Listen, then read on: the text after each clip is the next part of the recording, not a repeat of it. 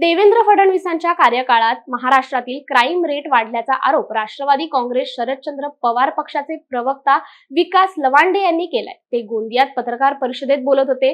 तिघाडी सरकारने नुकत्याच सादर केलेला अर्थसंकल्प फसवा असून नुसत्या योजना जाहीर करून जनतेला निवडणुकीपर्यंत झुलवत ठेवायचा त्यांचा डाव आहे। कॅगने या अर्थसंकल्पात आक्षेप नोंदवत माहिती मागवली आहे, अशी टीका यावेळी बोलताना लवांडे यांनी केली आहे।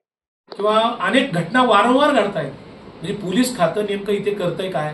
गृह विभाग म्हणून ज्या विदर्भामध्ये आज 2014 पासून गृह खातं देवेंद्र फडणवीस सांभाळतायत, ज्या स्वतंत्र विदर्भाची मागणी देवेंद्र फडणवीस करत होते आणि लग्न करणार नाही असं सांगितलं होतं, त्या देवेंद्र फडणवीसांनी गृह खाते सांभाळताना या नागपूरच्या पासून भंडाऱ्यापासून तर अगदी मुंबईपर्यंत पुण्यापर्यंत क्राईम रेट मात्र या राज्यातला वाढवलाय।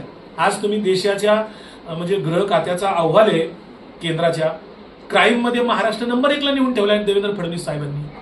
आणि दुसऱ्या बाजूला दरडोई उत्पन्नात आपण खाली आलोय, हॅपीनेस इंडेक्स आपला खाली आलाय, शिक्षणाच्या बद्दल आपण खाली आलोय। एकेकाळी महाराष्ट्र तुम्ही 2014-15 पर्यंत आकडेवारी काढून बघा, मागच्या 15 वर्षात महाराष्ट्र हा देशातल्या सगळ्या राज्यांच्या मध्ये पहिल्या 3 क्रमांकामध्ये असायचा विकासाच्या मध्ये, सर्वांगीण विकासामध्ये।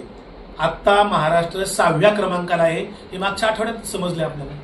आजचाच रिपोर्ट बघा, कॅगने जवळपास 50,000 कोटीच्या हिशोबावर आज प्रश्नचिन्ह निर्माण केले। कॅगने हे कोणाला हिशोब विचारायचे?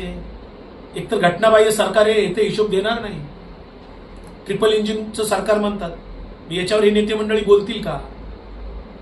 हे बोलणार नाहीत। आणि म्हणून आम्ही हा प्रश्न सगळ्यांना विचारतोय।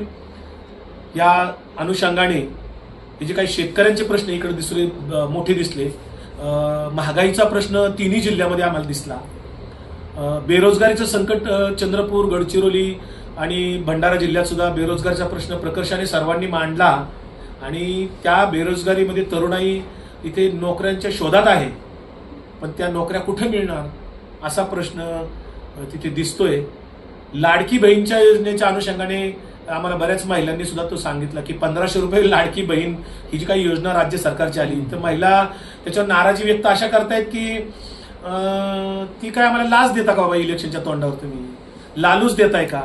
आमच्या नवऱ्याच्या खिशातनं तुम्ही महागाईच्या माध्यमातनं, ते शेतीच्या अनुषंगाने असेल, डिझेल पेट्रोलच्या महागाईच्या अनुषंगाने असेल, किंवा गॅसची महागाई असेल, अन्य गोष्टींच्या महागाईच्या रूपाने तुम्ही दर महिन्याला विशिष्ट रक्कम आमच्या खिशातून काढून घेताय तुम्ही।